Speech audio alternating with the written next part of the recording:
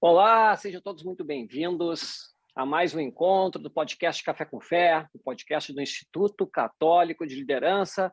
Lembrando que já estamos na nossa terceira temporada. Meu nome é Adriano Dutra e hoje, no nosso episódio número 97, o nosso tema será Vida após a Vida.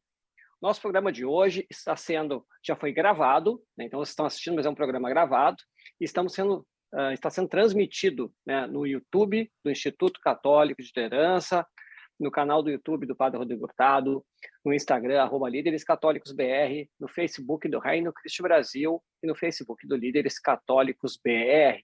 Então, diversos meios sendo transmitidos para a gente poder repassar para amigos, para quem quiser assistir. E lembro que todo esse nosso conteúdo também está todo disponível no podcast Café com Fé. Podcast Café com Fé que você pode baixar via Spotify, né? E ele tem todos os episódios, os 96 episódios anteriores já estão disponíveis, e também através do aplicativo de meditação católica SeedTime. Para quem não conhece, o SeedTime é um aplicativo de meditação católica que ele visa criar o hábito de oração diária, e ele tem diversas meditações, tem músicas, tem o terço, então tem um material vasto lá para a gente conseguir criar esse hábito da oração, também nos ajudar na própria meditação. Então fica a dica para o aplicativo SeedTime.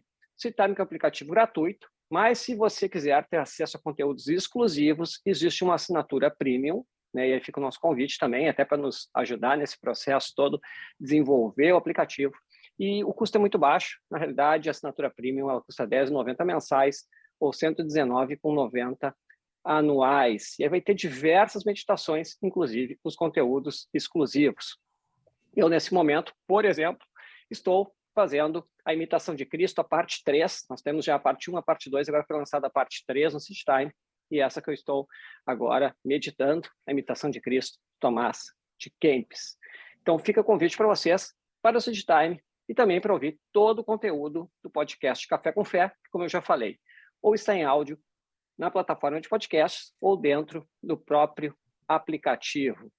Aproveitando também, como o Advento se aproxima, estou mostrando aqui para vocês o calendário do Advento do Instituto Católico de Liderança.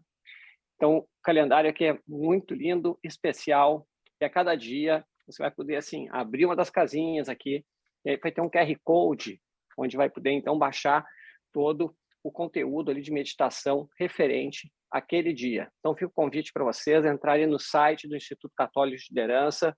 Lá nós temos a loja, e aí pode comprar um ou pacote de 10 calendários para vocês. Então, é loja.iclbrasil.org. Entre na internet, loja.iclbrasil.org, e adquira o seu calendário do Advento e os outros materiais que temos por lá. E para você que está nos assistindo no YouTube, não esqueça de se inscrever no nosso canal também para acompanhar o nosso conteúdo. Mas foi bem, pessoal, chega de avisos e vamos agora ao que interessa. Estamos na semana que temos o Dia de Todos os Santos, mas também temos finados. E desde o início dos tempos, as pessoas se perguntam o que as espera após a morte. E aí, com isso, surgiu o insight de fazer esse convite para hoje tratarmos no nosso episódio número 97 do tema Vida após a Vida.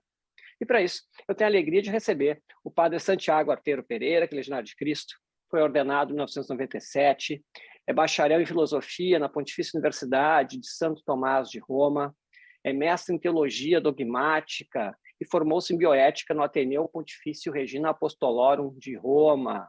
Padre Santiago também é pós-graduado em logoterapia pela Sobral do Brasil e em afetividade e sexualidade pela Universidade Francisco Vitória de Madrid.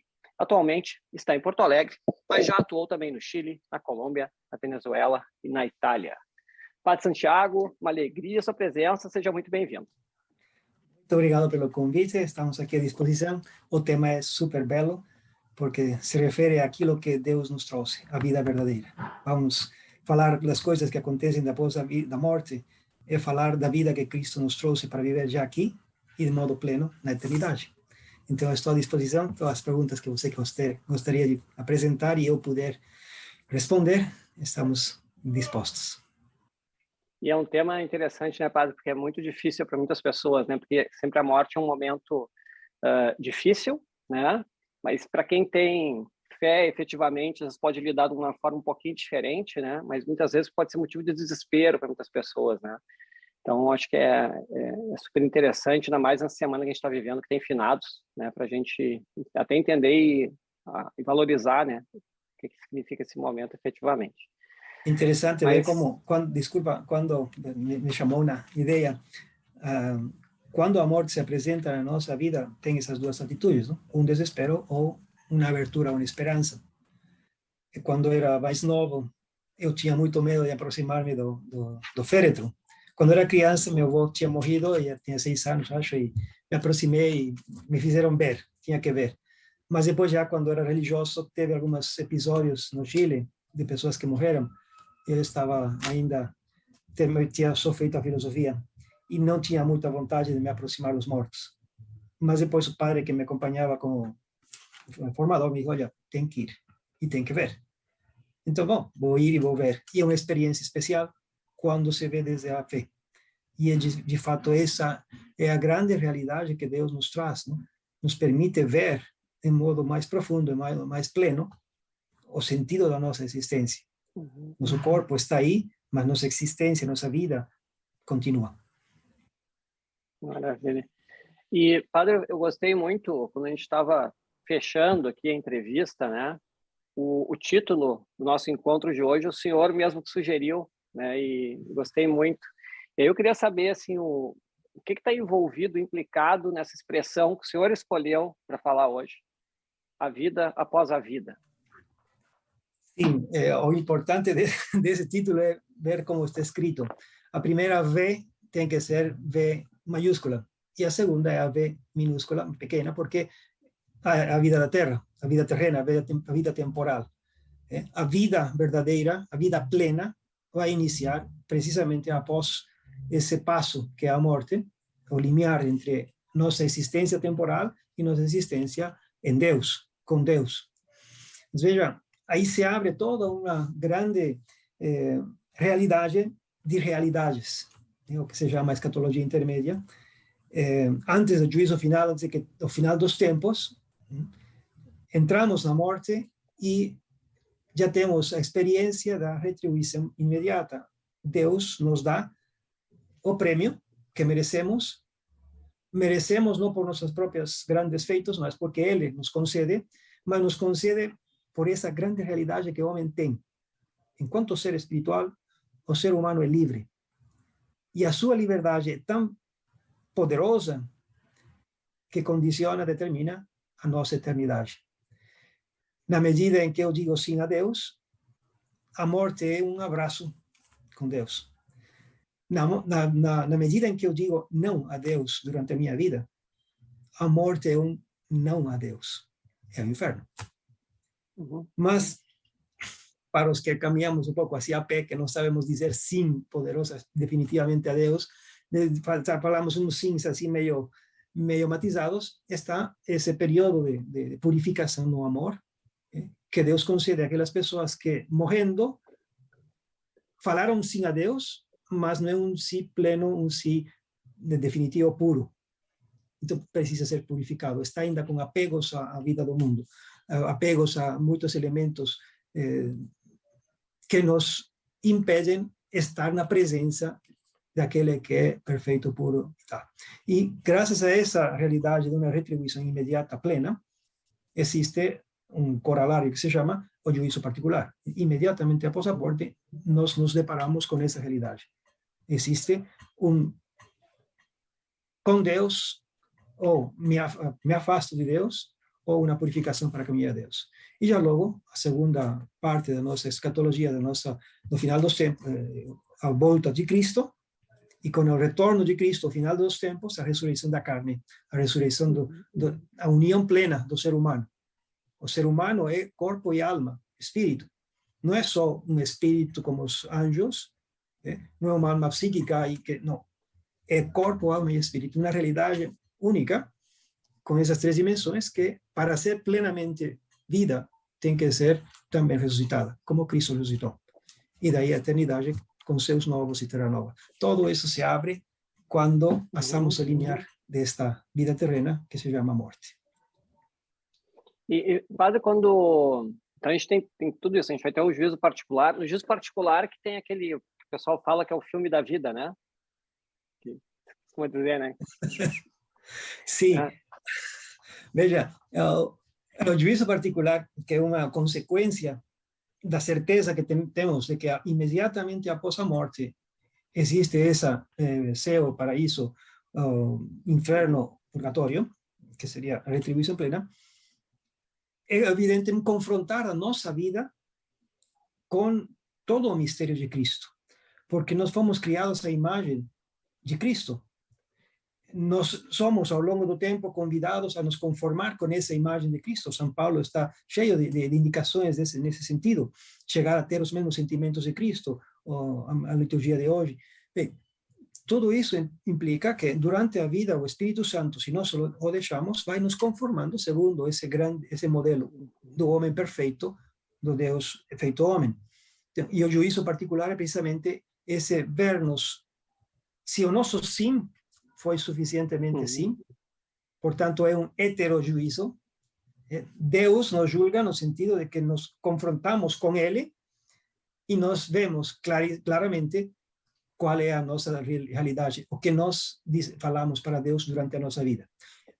Depois da nossa vida não podemos falar mais, porque já estamos diante de Deus, já estamos diante do juiz. O sim que eu falei, ou o não que eu falei, nesse instante se faz claro, evidente. Mas não pode ser dizer, bom, eu realmente não fiz bem as coisas, eu mereço o inferno. Não se trata disso, não sou eu que me julgo a mim mesmo. Um juiz não pode ser juiz da própria causa. Tem que ser alguém que me julga. Mas esse alguém que me julga quer que eu me salve, me dá toda a vida e me vai acompanhando da toda a vida para ir me conformando com ele. E logo, não só isso, quando chega o momento da verdade plena, a minha vida se vê diante do juiz como um sim ou como um não. Então, não sou eu que digo, eu vou para o inferno ou eu mereço o céu. Só se confirma diante de Cristo essa realidade. E aqui tem aquela expressão que eu acho que é importante também, né? Porque às vezes as pessoas falam muito, Deus é misericordioso, e outros ficam muito só, que na verdade é um juiz também, e é justo, né? E na verdade, até ele perguntar, Deus, imagina a sua grandeza, na verdade ele é os dois, né? Ele vai atuar com a misericórdia, mas vai atuar com justiça também, né? Tá correto isso, né? É a identidade de Cristo. Deus, no Antigo Testamento, um dos títulos de Deus, dos nomes de Deus é justo, é o justo.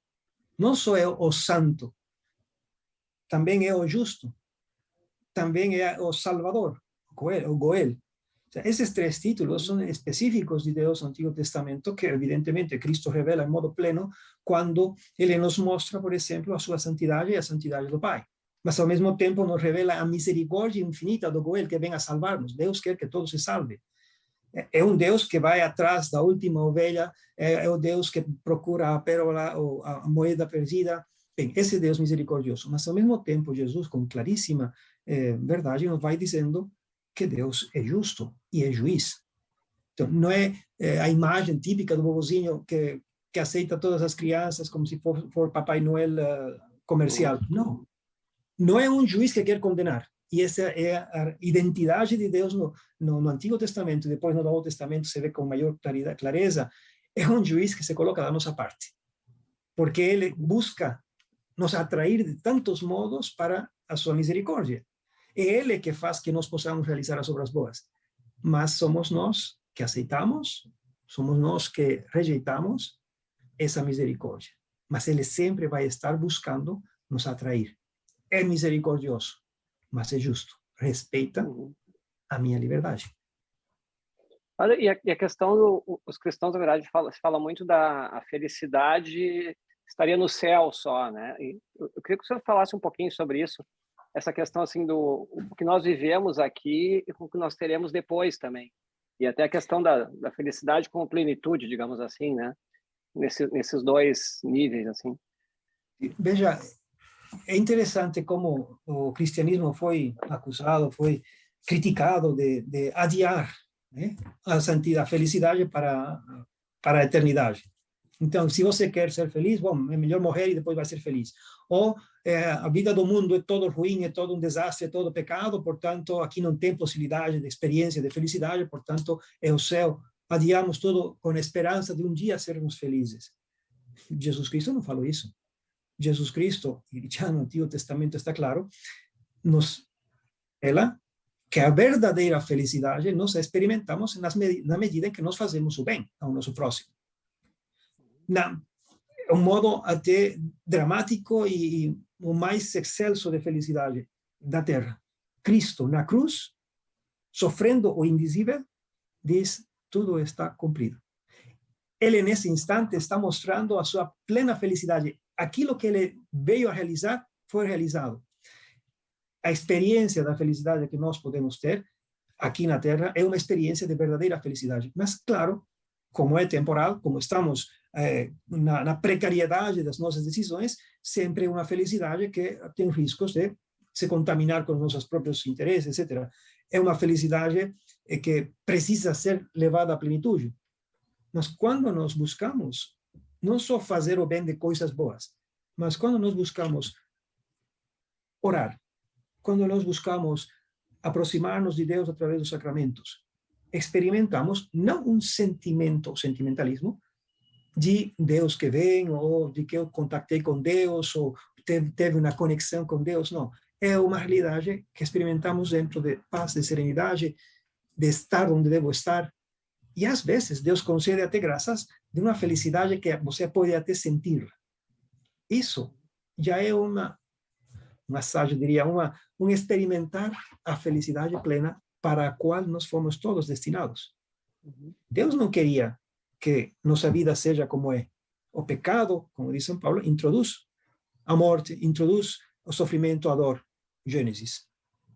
Bom, isso que não estava dentro dos planos de Deus, pois é levado ao máximo agora em plenitude quando Cristo vem e nos redime e nos abre a vida verdadeira. A vida que Cristo nos traz, quem come minha carne e bebe meu sangue, tem vida eterna. E essa vida eterna vai ser plena na eternidade. Então, já agora podemos experimentar a verdadeira felicidade. Eu acho que é uma experiência que todos temos. Quando fazemos o bem, quando estamos bem com nós mesmos, quando nós buscamos relacionar-nos de modo sincero, autêntico, dentro das nossas limitações com Deus, experimentamos serenidade, paz, felicidade. Isso é importante, né? Porque existem ideologias, né, que querem trazer toda a felicidade numa visão só de felicidade e prazer só para o momento atual, né? De que tudo é agora. E por outro lado, o senhor estava falando que acusavam os cristãos de empurrar tudo para frente. Na verdade, a gente vai ter os dois, né? Claro que é mais plena após, né? Mas a gente já consegue vivenciar hoje.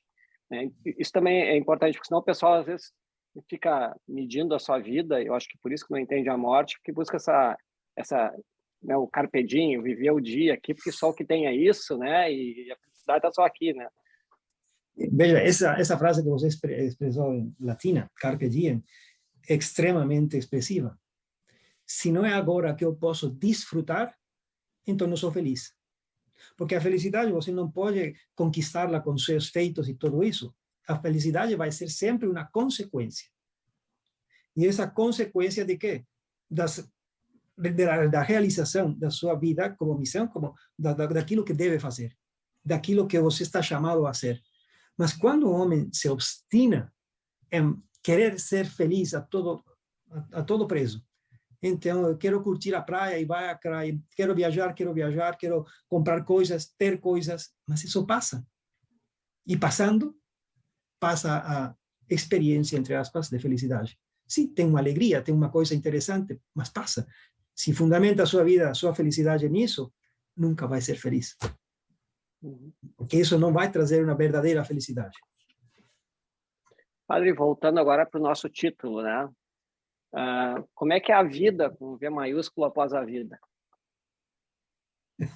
Bom, não voltando ao nosso título, porque nosso título nos diz precisamente vida é felicidade.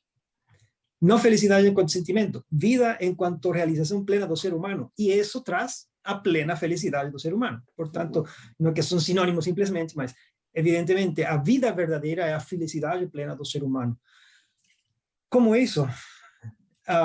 poderíamos criar imagens de coisas belas. No Antigo Testamento, o ser humano, através da revelação, busca expressar de algum modo essa felicidade que Deus nos promete, através de imagens próprias da Terra, né? Muito antropomórficas. Mas, evidentemente, são imagens. Como é a vida após a vida? É a vida em Deus. São Paulo nos traz essa revelação belíssima: morrer é ir estar junto de Cristo.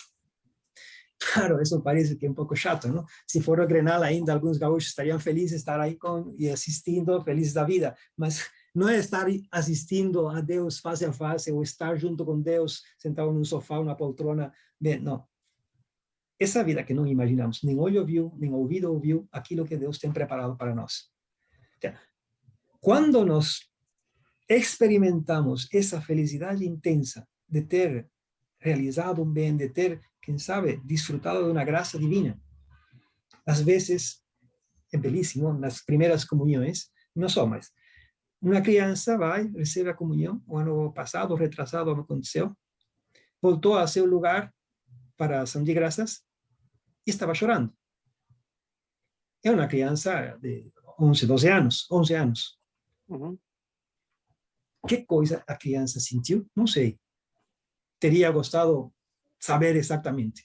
Mas a emoção, como muitos santos falam da primeira comunhão como um encontro extremamente especial. Santa Teresinha, Menino Jesus. Mas, bem, não só as crianças, também os adultos. Na última peregrinação que fez a Terra Santa, em agosto passado, um homem chorando, uma mulher chorando, intensamente comovidos de algo que os outros também tínhamos experimentado fazer. Renovação das promessas do batismo do Jordão.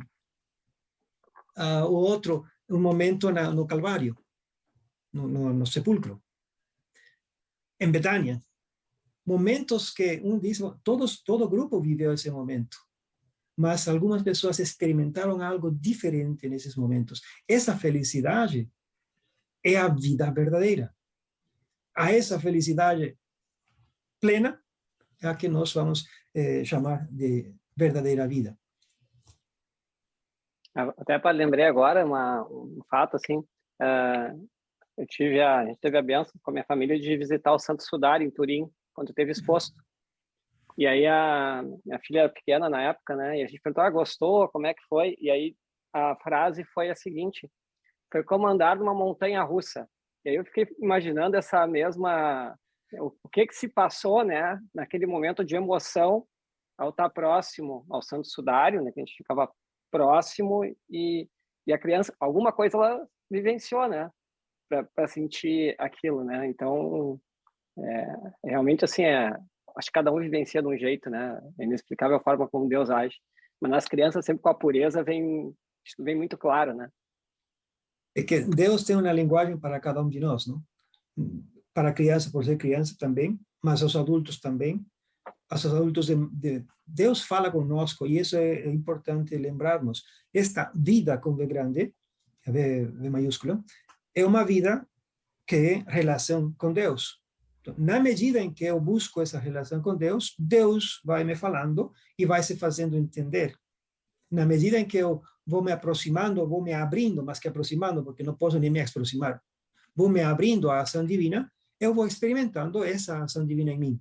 E se transforma em mim uma experiência de intensa felicidade, que às vezes é um sentimento intenso, mas é um sentimento intenso que deixa um rastro. Essa é a felicidade verdadeira. Um sentimento intenso de uma festa, de uma balada dessas que acontecem, não deixa nenhum rastro. Bom, deixará rastros de vícios, mas passa.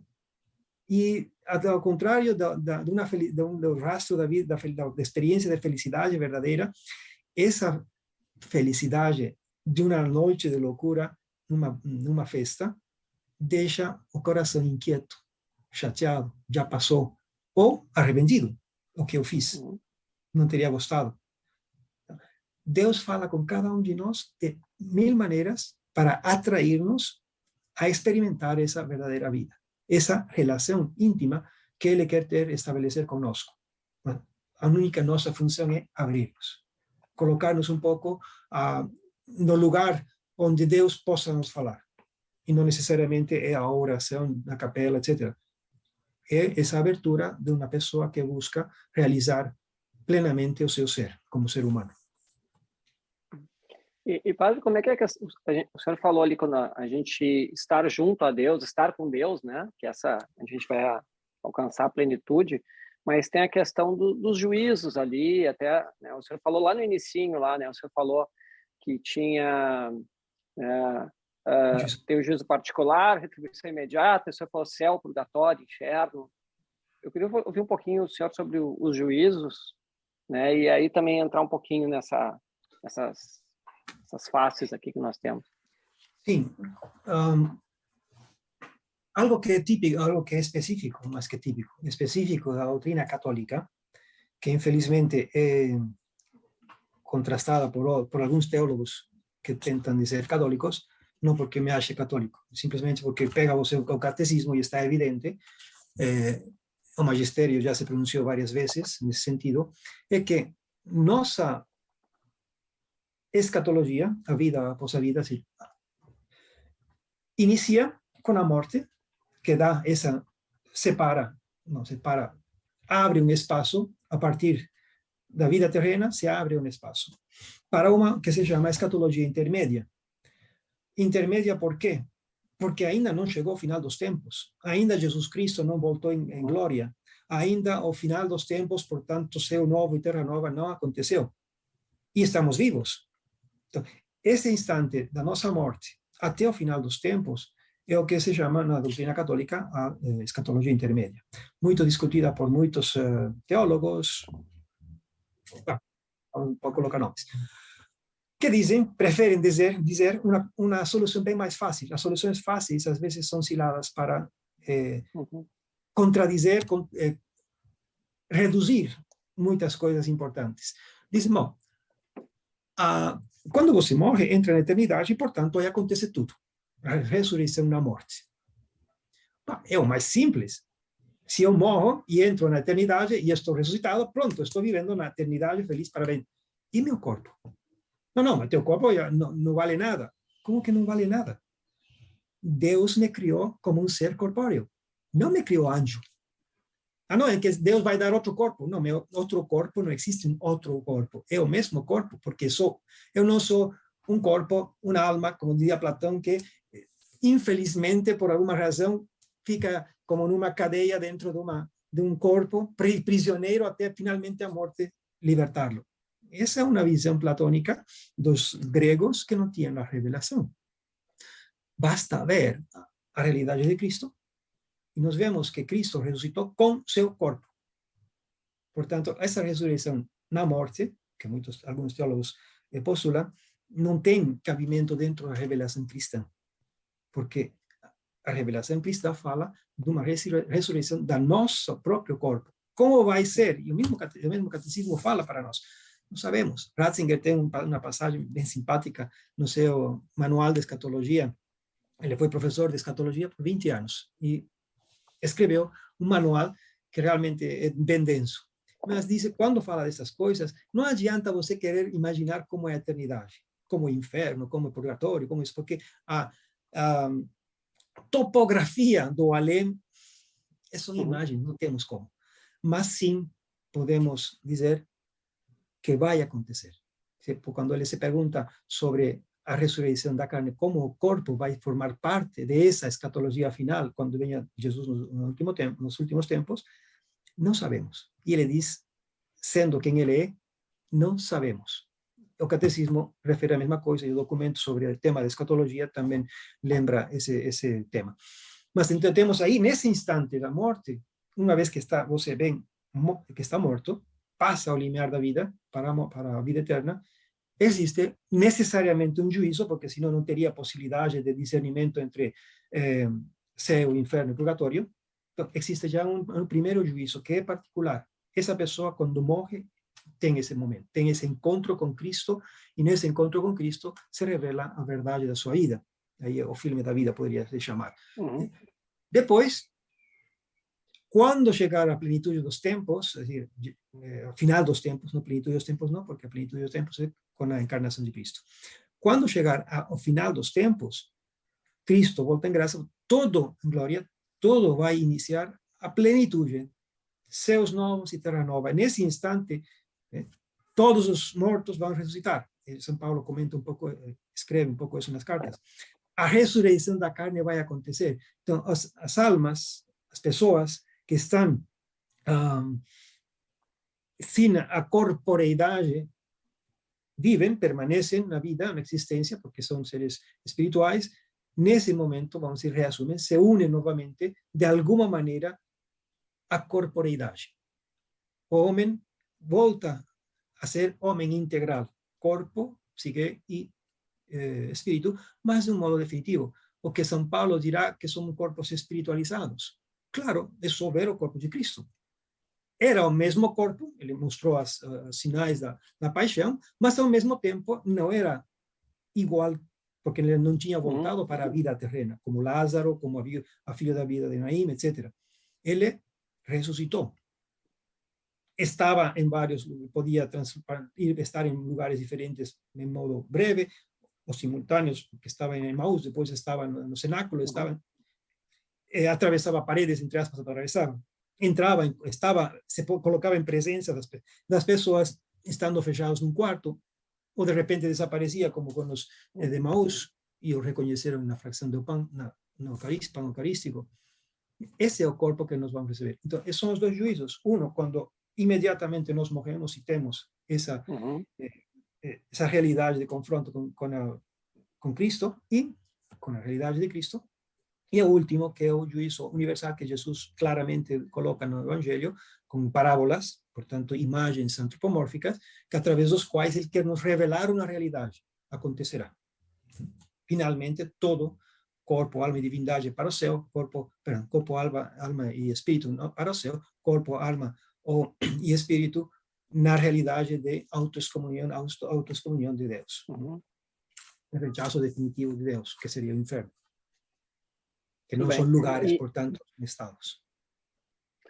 E padre, um ponto que eu acho que assim gera muitas dúvidas nas pessoas assim é o purgatório, né? Porque os extremos acho que fica mais fácil, né? A pessoa, nesses estados, né? O estado do inferno, o estado do céu, vai ter o purgatório no meio.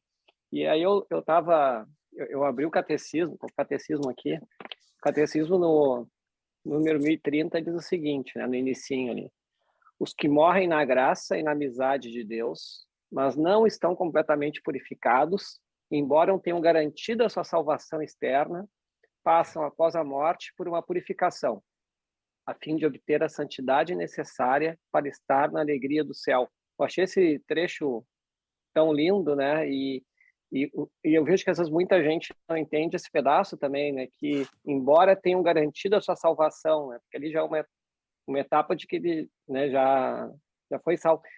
Eu queria que o senhor nos falasse um pouquinho mais assim do que eu busquei no catecismo aqui, né? Mas o senhor entende que é interessante sobre o purgatório. Diria ao padre Léo, que eu gosto muito, não só pelo sotaque dele que tinha com o nordestino, mas pelas imagens que ele utilizava, etc. O padre Léo dizia: se eu for para o purgatório, bom demais. E é verdade, bom demais. Estou salvo, pronto, já deu. Né?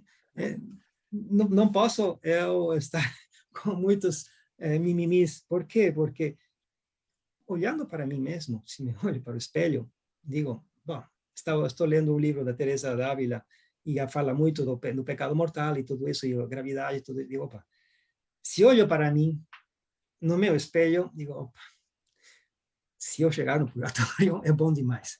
Por quê? Porque a minha salvação está garantida. E o sofrimento que experimenta a pessoa nessa purificação do purgatório é purificador, não é um castigo. É algo que a pessoa experimenta como uma graça de estar se libertando. É dolorosa, sim. Dolorosa no sentido de ter que se desgarrar de apegos, mas é um desgarrar-se cada vez mais próximo de Deus. Então, está certo que está chegando que vai chegar e que é só questão de tempo. Mas, claro, Teresa d'Ávila também fala, e os santos dizem, o purgatório é coisa séria, não é que seja tão... Não é para ir a Copacabana e queimar-se um pouquinho e dizer, passa uma creminha e passa. Não, não é isso.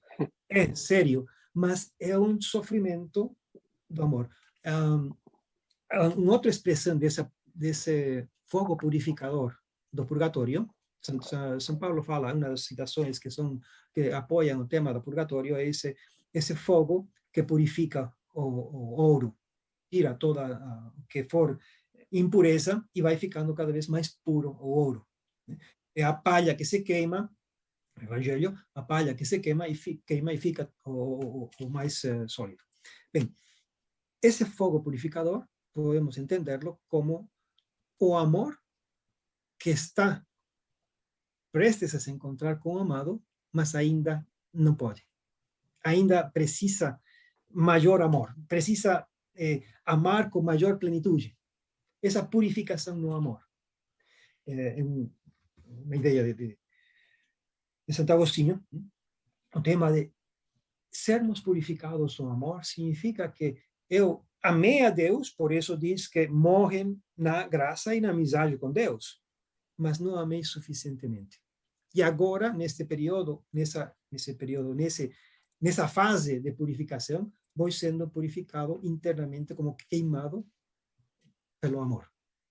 Então, evidente, totalmente diferente é uma pessoa que sabe, está consciente de que falou não a Deus e nunca vai experimentar nada de felicidade. E foi criado para a felicidade plena, para a vida verdadeira. Esse ranger de dentes, é dizer, que raiva.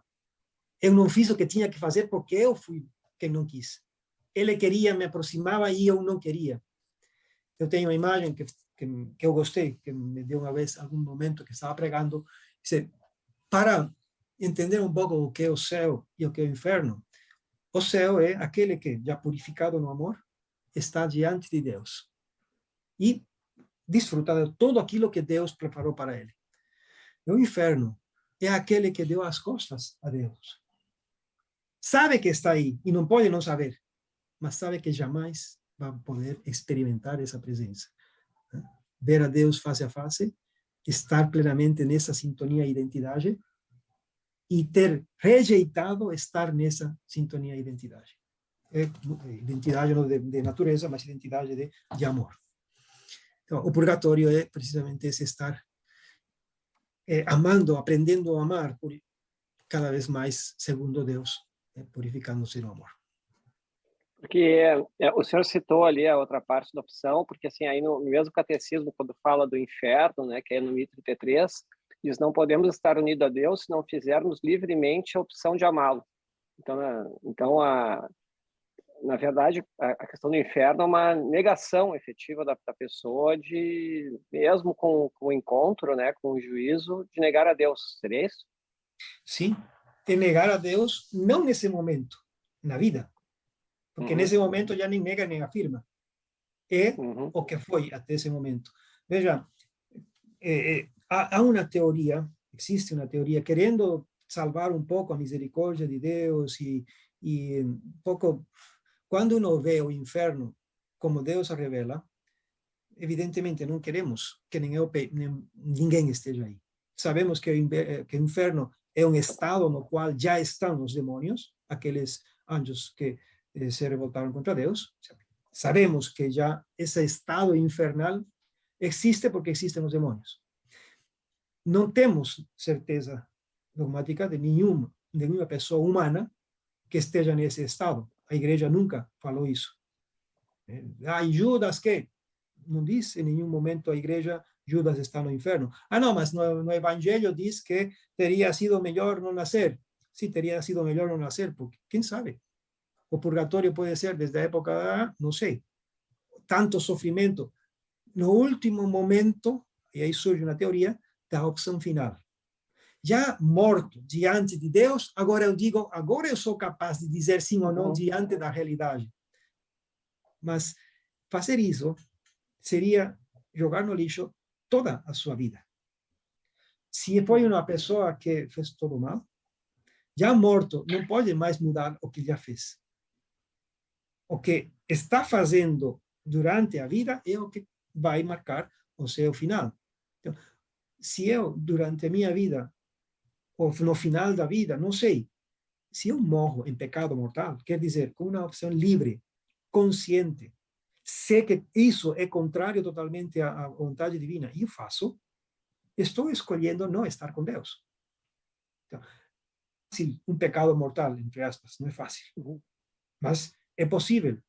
E a gravidade do que é possível é que a consequência é o inferno, um estado no qual eu jamais vou poder realizar a minha plena vocação de felicidade.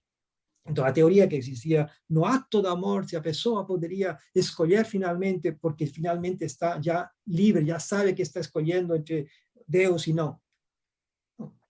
Não pode ser esse momento, porque senão toda a sua vida não teria nenhum sentido. Teria vivido à toa e no finalzinho dizer, ok, vou ver se isto gostei. Como essas piadas dos políticos, não? Que vão ao céu, ao inferno, não sei o que, depois escolhem. Não tem isso. Você escolheu isso durante a vida. Por isso é tão importante. A gente, qual a relação que a gente pode fazer disso com os dois ladrões, padre, no momento da crucificação, né? Um negou e o outro reconheceu, no último momento reconheceu, né? Os dois, no último momento, reconheceram, se posicionaram. Os dois estavam caminhando direto para uma rejeição de Deus. Todos os dois tinham matado, os dois não eram só ladrões, eram assassinos, por isso estavam sendo crucificados, na revolta aquela. Estão aí e eles reconhecem, o que chamamos de bom ladrão. Reconhece, nós fizemos mal. Ele não fez nada de errado. E outro continua xingando, gritando e berrando contra Deus, revoltado. Quem escuta de Deus a confirmação de que o seu sim era um sim para a eternidade, aquele que o Dimas, que chamamos de bom ladrão. O outro, Jesus não falou nada. Ele não falou, você vai para o inferno. Não falou. Mas no caminho que estava bem encaminhado. Mas ele não falou. Ou seja, ele só se refere ao homem que está falando e reconhecendo que ele é o Messias, seu rei, e que quer participar nesse reino. Se arrepende, reconhece seu mal e tal. O outro não. O que aconteceu com o outro? Deixa ele na misericórdia divina. Eu não sei. Não, siga, desculpa. É o que... Uma coisa que é muito dura, não? De um grande teólogo católico que escreveu um livro, um ensaio sobre a esperança de que o inferno estivesse vazio de seres humanos. O seja, que esse estado infernal não seja dos humanos. Esperança pode ser, não? Vendo a realidade das coisas, um diria, bom, quem sabe até falta espaço, mas a misericórdia do juiz é infinita. E o homem, como ser livre que é, pode se posicionar finalmente, antes de morrer, de um outro lado. Eu sei há pouco tempo atrás me enterei de uma pessoa que era maçom, que toda a sua vida negou a Deus, não queria saber de sacerdotes, não queria saber de nada, se dizia até ateu. Ok. No finalzinho da morte, da vida, ele pediu sacerdote. Seguramente era batizado de criança, tinha rejeitado isso toda a vida, mas ele se considerava ateu. E como ateu, pues não podia reconhecer nada após toda a sua vida foi assim. Mas a filha disse que era uma pessoa muito boa, que fazia muito bem às pessoas, filantrópica, etc, etc. A filantropia era uma qualidade dele. Mas bem no finalzinho da vida, o camarada, como bom ladrão, chama a Deus. E, através do sacerdote, conversou com Deus, teve os últimos sacramentos. Se salvou, por que não? Mas toda a sua vida foi ateu e tanta coisa mal ruim que fez, mas também fez muita coisa boa. Não será que no último momento todo esse bem que ele fez o preparou para finalmente dizer sim, é que você existe, que você é Deus e pronto. E chamou o sacerdote. Padre, voltando na questão do purgatório, esse tempo, a gente não sabe o que é esse tempo. É um dia, uma semana, um milênio, esse tempo a gente não sabe. Mas eu queria ouvir do senhor a importância da oração pelos mortos. Veja, é interessante, com aquele filme sobre o purgatório que surgiu, muitas pessoas parece que nunca rezavam pelas almas do purgatório, ou que temos que dizer que pelas almas do purgatório, temos que estar falando a palavra purgatório. Mas veja, na Sagrada Eucaristia, toda vez que se celebra a Eucaristia, se reza pelos defuntos. Que coisa é, se não rezar pelas almas que estão em um estado de purificação? Pelas almas que estão no céu, não podemos, não rezamos por elas, pedimos a elas que rezem por nós. Né? Santa Teresinha, que você seja salva. Não, já está salva. Santa Teresinha, reza por mim que eu tenho uma encrenca.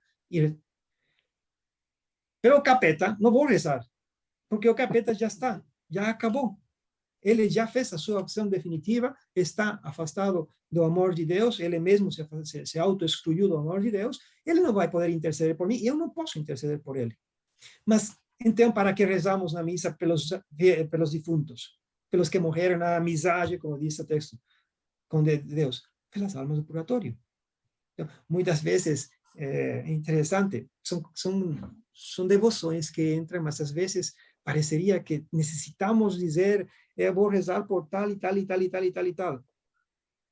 Eu nem sei sequer se esses tal e tal e tal e tal estão no céu, no inferno, no purgatório. Onde estão? Qual é o estado deles? Não sei, mas eu vou rezar por eles. Então, rezo por todas as almas, por todas as pessoas que têm morrido. Deus, na sua infinita misericórdia, vai administrar esse amor que eu estou oferecendo por essas pessoas. E não só rezo na missa, podemos fazer atos durante o dia. Há um costume, os legionários temos um costume, depois das refeições, rezar as almas dos fiéis defuntos descansem em paz. E diz, depois de uma refeição, rezar isso, o que tem a ver os mortos aí?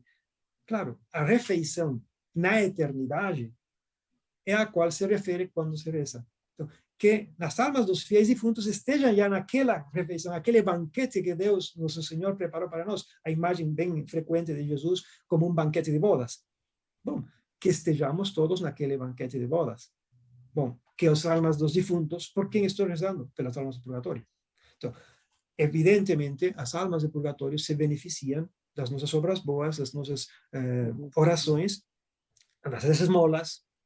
Lembremos a tradição antiga, já perdeu bastante força, mas da missa gregoriana. A missa gregoriana, que é difícil rezar a missa gregoriana para um sacerdote, porque tem que rezar 30 missas seguidas, pela intenção de uma pessoa concreta. Então, é muito. E seguidas, não pode interromper. Mas de onde surge essa devoção? É uma superstição, que coisa é? Não, o Papa Gregório recebeu, porque Deus permitiu, uma pessoa que pediu para ele celebrar 30 missas, porque ele estava no purgatório, estava se purificando. São Gregório mandou celebrar 30 missas, e quando se celebrou a missa número 30, essa pessoa, por permissão divina, novamente se apareceu e falou, estou já na eternidade. Então, daí surge essa tradição, essa devoção das missas gregorianas. Mas está a missa do sétimo dia, na Bolívia, no dia nono dia que se celebra, aqui é sétimo dia. Especialmente se celebra essa. Por quê? Porque temos que rezar pelos defuntos. Já rezamos quando morreu, depois de um tempo rezamos novamente, e depois de um ano, depois outro ano. É um ato de misericórdia espiritual rezar pelos fiéis defuntos. Agora, na medida em que as minhas orações, minhas esmolas, meus sacrifícios, etc., sejam mais, vamos dizer, conscientes, pois maior valor no sentido de pureza vai ser oferecida a Deus por essas pessoas e se beneficiarão. E a grande vantagem, se eles, evidentemente purificados, estarão na presença de Deus, quem vai rezar por nós? Em gratidão, eles vão dizer, opa, você me ajudou, agora eu te ajudo. Ganhamos intercessores. E padre, uma forma até mais prática, né? Quando se tem a perda de alguém, né? A pessoa que ficou, muitas vezes, precisa de conforto, né? E aí, por um lado, pode dizer, tá, mas se é cristão, então não deve chorar, porque tem certeza da vida eterna. Agora, por outro lado, tem um lado prático do que eu posso fazer, que é rezar por aquela alma, né? E principalmente falando do purgatório, para a gente rezar para ela consiga uma purificação rápida. O que você pode falar sobre isso aí?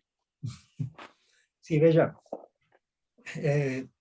às vezes você pensa que o sacerdote, a religiosa, os santos, deveriam ser, e nesse caso entre eu, como anjos, não? Não sei se os anjos não têm sentimentos, acho que tem, mas o ser humano é ser humano. E enquanto o ser humano expressa toda a sua interioridade, em realidades que você pode ver. Um choro implica não necessariamente um desespero. E nesse ponto podemos comparar a cena de Zeffirelli, de Jesus de Nazaré, aquele filme antigo que era clássico, né? Longuíssimo, tal, tal, tal. Mas você vê Maria no filme de Zeffirelli, desespera, é uma crise histérica, está esperneando quase, está como realmente está desesperada, chora. E você vê Maria no filme da Paixão de Cristo. É impressionantemente, para mim, belíssimo o modo como ele colocou no filme uma atitude de stabat juxta crucem lacrimosa. Maria estava ao pé da cruz, chorando, mas estava. Stabat é estar firme, estar não petrificada ou indiferente. Era a mãe de Jesus e estava chorando, porém, sofrendo, porém, de pé. De pé no sentido de firme. Não estava desesperada. Ela sabia o que estava acontecendo, seu filho estava morrendo, mas sabia que seu filho era também o Messias. A fé desta mulher, que era uma fé muito especial, evidentemente, não é que diz, não se preocupem, amanhã, depois de amanhã, ela já ressuscitou. Não. O ser humano, diante da morte, que não é um fato natural, a morte, como comentamos antes, entra no mundo pelo pecado. Portanto, não está dentro dos planos originais de Deus. Quando Deus cria, não nos cria para a morte. Mas essa morte, evidentemente, que não está nos planos de Deus, provoca uma grande dor. Uma dor que pode ser vivida segundo os temperamentos, porque uma pessoa que é flemática não vai expressar-se do mesmo modo que uma pessoa que é colérica, mas vai expressar uma dor. Por isso o famoso duelo. Um processo no qual a pessoa deve ir assimilando a realidade, porque de repente morreu e agora quê? Não, assimilando essa realidade, que não vai estar, como sempre, do lado nosso, mas que já está na eternidade, e isso provocará a separação, sempre provocador. Saudades. Somos seres humanos. Agora, é diferente a dor, a saudade, etc., o duelo de um cristão, do que de uma pessoa que não tem nenhuma fé na eternidade, não tem vida após a vida que ela possa intuir. Gostaria, mas se ela nega toda essa realidade, evidentemente a morte é um sinsentido. Para o cristão é dolorosa, mas me abre a uma consideração da realidade para a qual todos temos sido chamados. Por isso é importante nos velórios, por exemplo, primeiro, não dizer, não se preocupe, Deus vai salvar essa pessoa, está no céu. Não, não está no céu, nem no inferno, em nenhum lugar. Não podemos dizer como ela está. O que sim podemos fazer é vamos rezar por ela. E vamos confiar na misericórdia divina que ele acolha essa pessoa na eternidade. Então, vamos rezar. É uma atitude totalmente aberta a algo positivo. E não, meu filho já desapareceu, já se matou na moto e agora que todo abandonou tudo. Não. Meu filho se suicidou. O meu esposo se suicidou, deve estar no inferno. Não sabemos. O que podemos fazer? Confiar na infinita misericórdia de Deus e rezar por essa pessoa. Padre, e esse foi um tema que surgiu, inclusive, no documentário do Purgatório, que até a gente teve, aliás, assistimos juntos também, né, com toda uma comitiva ali do Reino Cristo, assistiu o filme. Qual é a sua impressão sobre o filme? Até o filme Purgatório, para quem não sabe, né, ele é um documentário, na verdade, de Michael Conrad, né, e fala sobre revelações de Padre Pio, de Fula Orak, né, em relação a visões, a manifestações sobre o purgatório. E aproveitando, só que eu já interrompi, só lembrar que para todos que estão nos assistindo aqui, não esqueça de se inscrever no nosso canal aqui, de curtir, né, se está gostando desse nosso bate-papo, de tudo que o Padre está nos ensinando, aproveita a oportunidade aí, não esqueça de curtir e se inscrever. Mas voltando lá, Padre, agora para o que interessa, né? O que o senhor achou desse documentário? É um documentário, não? Enquanto documentário, busca trazer as realidades que ele percebe, que o diretor encontrou na realidade. Como são experiências pessoais, ou seja, de pessoas bem concretas, a Fula agora que estava Padre Pio e outros, está Teresa de Menino Jesus, não é que são revelações que necessariamente tenha que aderir a essas. Não? Eu adiro ao magistério, a revelação em Cristo, interpretada pelo magistério. Essa é a fonte onde eu devo aderir. Agora, todos esses elementos que aparecem no comentário e em outras visões e aparições, etc., são revelações particulares a qual eu posso dizer sim. Eu adiro, me motiva, me ajuda, me estimula a rezar pelas pessoas, a viver uma vida de maior busca de fidelidade a Cristo, etc. Mas não necessariamente tem que ser que é assim mesmo. Eles perceberam desse modo. Padre Pio experimentou desse modo e expressou do modo que ele expressou. Santa Teresa da Ávila também viu o inferno, os meninos, os três pastorzinhos de Fátima. Então, são experiências pessoais que Deus permite a essas pessoas para perceber uma realidade. Uma realidade que existe. Que coisas eles realmente viram? Que eu saiba, nenhum dos santos falou este e este e este estavam no inferno. Me parece que Padre Pio, de alguma maneira, fala algumas coisas dessas. Mas, bom, são coisas que ele, de alguma maneira, Deus pode ter revelado, mas não preciso eu dizer, bom, é assim mesmo. Sendo Padre Pio, não diria, bom, por ser um santo, será que Deus revelou para ele e ele quis expressar isso? E dizer que tal pessoa estava condenada. Tá bom. Mas não é magistério da igreja, portanto, não precisa aderir. Logo, busca ser um documentário que se alinha muito bem com a doutrina da igreja. Busca um pouco ser uma explicação católica da realidade do purgatório. E cita os números, de fato, este mesmo número que você leu está citado aí.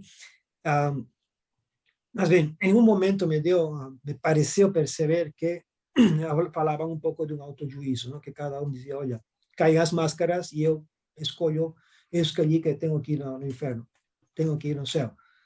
Me deu um pouco essa impressão, mas depois estava pensando um pouco, não é que necessariamente eles estavam expressando a doutrina do magistério, do catecismo, portanto, a ideia deles é dizer o que diz o catecismo, me parece. E é precisamente esse estar diante do mistério de Cristo agora evidente e se faz evidente a vida deles. E nesse sentido, não é que eles se julgam a si próprios, é Cristo que julga essa vida e onde eles veem com clareza qual é o decreto, vamos dizer, qual é a sentença sobre a própria vida. E está aí. Não é que Deus tem que dizer, bom, você é ruim, você é bom. Nesse estar um frente a outro, a minha vida diante do mistério de Cristo, eu percebo que não coincide. E, portanto, o meu juízo é negativo. Então, eu estou contra Deus. Mas, se durante a minha vida eu mais ou menos me fui assimilando e Deus me foi conformando, quem sabe a purificação vai me chegar a estar depois nesse estado de comunhão plena com Deus. Não é que sou eu que escolho, mas eu que descubro.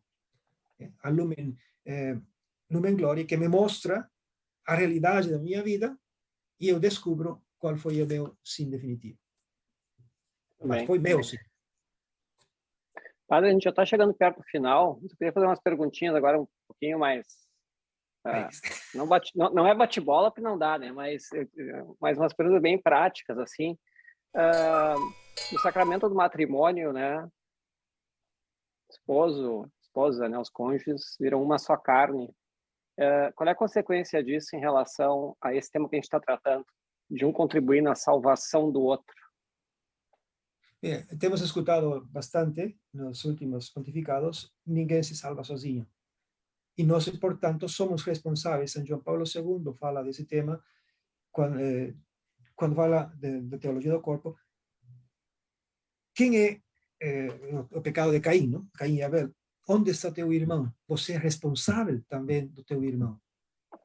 Nós somos responsáveis dos nossos próximos. o amor ao próximo me leva ao primeiro próximo, que é o que está mais próximo, que são a esposa, o esposo e os filhos. A primeira missão do esposo e da esposa é a salvação dos que estão dentro do seu próprio lar. E, portanto, não é tanto simplesmente ser um provedor, mas sim um instrumento da graça divina para que essas pessoas que moram com ele possam todos chegar ao céu. Uma oração bela que pode rezar um pai e uma mãe é que um dia todos estejamos juntos no céu. Né? Buscar isso. E por isso, ajuda a criança a ir à missa, ajuda a esposa, o esposo, no meu caso a esposa, a viver essa vida sacramental, a viver a vida de graça, se esforça ele mesmo, é exemplo. Então, aí há uma só carne, que conforma o matrimônio, se transforma em uma autêntica uma só carne, um único projeto de vida e amor, que não é só o material ou a criação dos filhos, etc. É a salvação eterna de todos os membros da família. Muito bem. E padre, assim, às vezes para quem conhece um pouquinho menos, eu queria que o senhor nos explicasse também a extrema-unção, ela mudou de nome, né? Ela virou a unção dos enfermos, né? Não só mudou de nome, né? Talvez tenha mudado um pouco a amplitude para a gente enxergar o que ela significa. Mas quando a gente tem, de repente, alguém que está doente ou que vai fazer uma cirurgia, alguma coisa mais complicada, eu creio que a importância da unção dos enfermos e também da confissão para essa pessoa que está nesse momento, ou às vezes que é só mais difícil ali, ou que às vezes é num momento mais extremo mesmo. Sim, Deus Nosso Senhor estabeleceu, inventou, entre aspas, instituiu os sacramentos para nos acompanhar em todos os momentos da nossa existência. Desde que nascemos, a vida de graça, o batismo, até a morte, que seria a unção dos enfermos ou extrema unção. Ele quer estar presente, ele se oferece para nós em todos os momentos. Então, que coisa posso fazer? E eu tenho aqui em Porto Alegre a experiência belíssima, e em outros lugares também, mas ultimamente, de pessoas que se ocupam de buscar um sacerdote para que essa pessoa, que é amiga da amiga, não sei o quê, tenha esse conforto da vida espiritual. E realmente é algo belíssimo quando a pessoa se abre a esse convite. Quando a pessoa vê o sacerdote, conversa, se pode conversar ainda, e ou está entrando numa cirurgia, então pede a unção dos enfermos, é uma fortaleza que Deus dá, é Deus que quer estar do teu lado, mas Ele quer. Nós que queremos, devemos chamar Ele que esteja nos lado. E como vamos chamar? Eu quero celebrar o sacramento da unção dos enfermos, desse Cristo que vem do lado daquele que está doente, para fortalecê-lo no espírito e no corpo. Tem pessoas que têm que ser até curado fisicamente, mas tem pessoas que permanecem depois da unção dos enfermos com uma serenidade, com uma alegria que só Deus pode dar. Então, certamente há esse mito de que quando o sacerdote entra no quarto do hospital, então está morrendo. Pois sim, para muitas pessoas que sempre fazem as coisas ao último, pode ser que está morrendo mesmo. Mas se nós nos habituarmos, tenho uma dificuldade muito grave, estou num processo de depressão, estou num processo de uma doença que não sabemos quando, mas está um câncer que às vezes é fulminante, às vezes demora muito. Cada certo tempo, vou pedindo a Deus a graça para quê? Para que Ele me fortaleça e possa enfrentar as dificuldades cotidianas dessa realidade, que é dolorosa. Então, Deus me fortalece. Assim como a comunhão me alimenta e me fortalece, a unção dos enfermos, nessas situações concretas, de doença, de idade avançada, que traz tantas complicações, tantas dificuldades, nenhuma de morte, mas é doloroso a solidão dos idosos.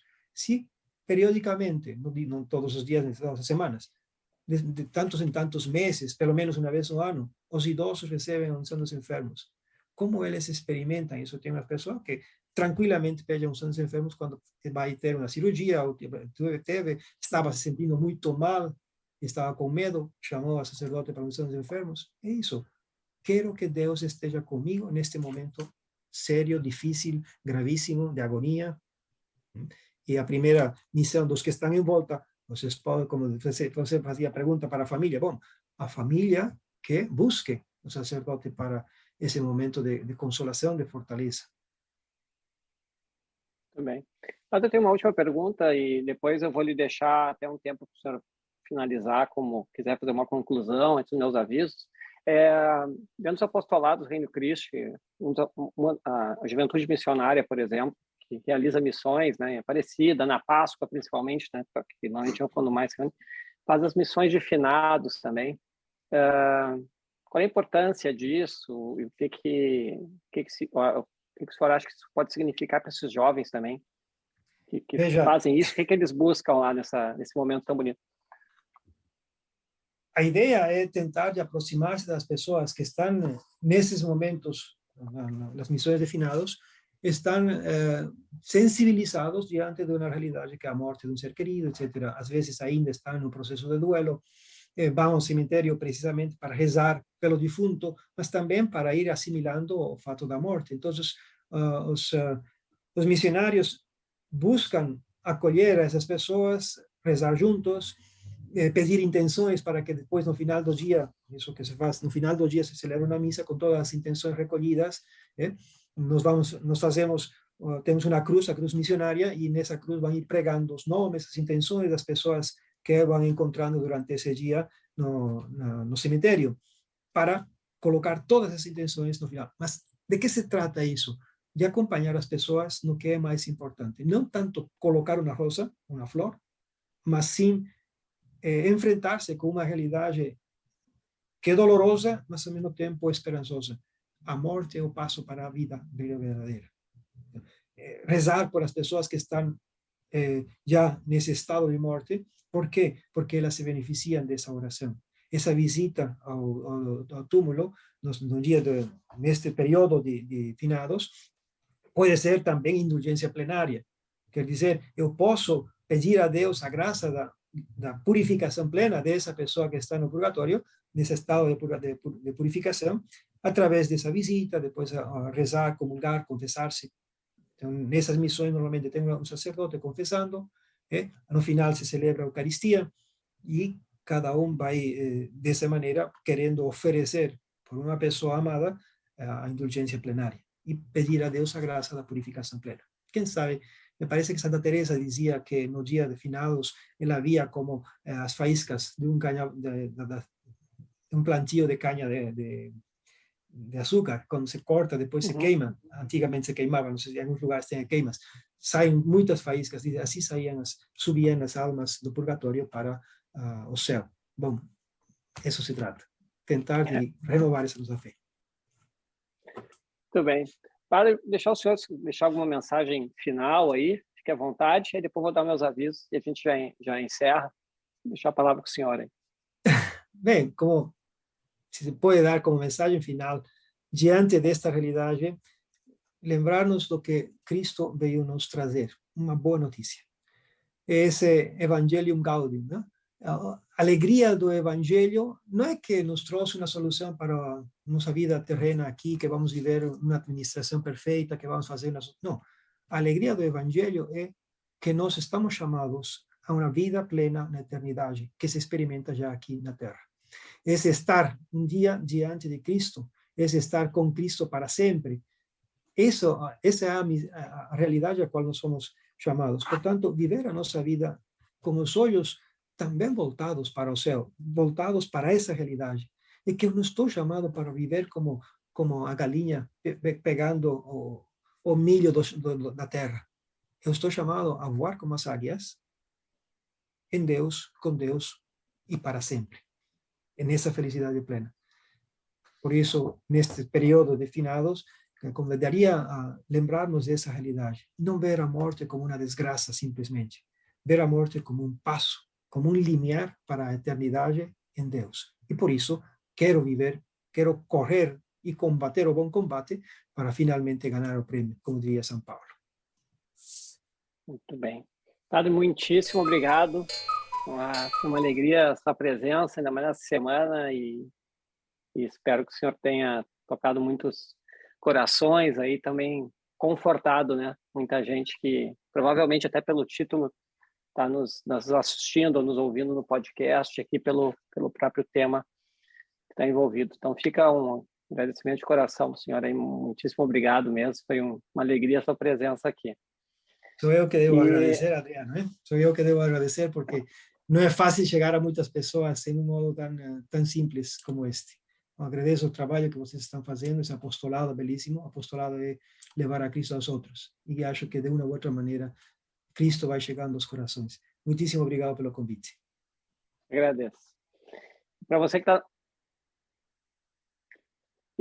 que está nos assistindo, fica, então, se gostou dessa live, né, não esqueça de curtir no canal, não esqueça de se inscrever no YouTube também, né, para acompanhar todos os nossos conteúdos, também compartilhar com outras pessoas. Lembrando que o conteúdo vai estar disponível no YouTube, no Instagram e também, logo, logo, no podcast Café com Fé via áudio. Né? Então, esse aqui é o episódio 97, todos os 96 inteiros já estão disponíveis e agora nós vamos disponibilizar o 97. Você pode escutar o podcast ou através da plataforma de podcast, Spotify ou da Apple, ou dentro do aplicativo de meditação católica, Seed Time. Então, vamos criar o hábito da oração diária com o aplicativo Seed Time. E lá dentro, nós também temos o nosso podcast Café com Fé. E fica o convite para o nosso próximo encontro, que vai ser muito especial, né, com mais uma convidada internacional. A de Santiago é internacional, né, também porque né, boliviano, mas agora nós vamos ter uma, inclusive, com um sotaque que mora fora. Né? Então, nós vamos receber na próxima quinta-feira, nosso episódio número 98. Nossa convidada será a irmã Ângela de Fátima Coelho, de Portugal, e ela foi postuladora da canonização dos pastorinhos Jacinto Francisca e vice-postuladora da causa da canonização da irmã Lúcia de Fátima, e também escreveu, Dentro da Luz, um itinerário para compreender a mensagem de Fátima. Então, vai ser um encontro belíssimo, né, que vai ter a minha presença, intermediando o encontro da irmã e também com o padre Rodrigo Hurtado. Então, fica o convite para o nosso próximo Café com Fé, dia 10 de novembro, às 20 horas, nosso episódio já de número 98, estamos quase chegando no 100. Então, pessoal, muitíssimo obrigado a todos. Agradeço muito quem nos assiste, né, quem nos acompanha ou assiste nos canais como YouTube, Instagram e principalmente também um grande volume de pessoas que nos escutam, nos ouvem através do podcast. Um abraço especial também a toda a equipe, né, que faz com que isso aconteça, nosso produtor, o Julian, o Zé Caetano, Jéssica, Celina, né, a gente sob a direção do Padre Rodrigo Hurtado e todos envolvidos para que isso funcione. E um abraço, um obrigado especial ao nosso convidado. Muitíssimo obrigado a todos, né? Até a próxima e fiquem com Deus.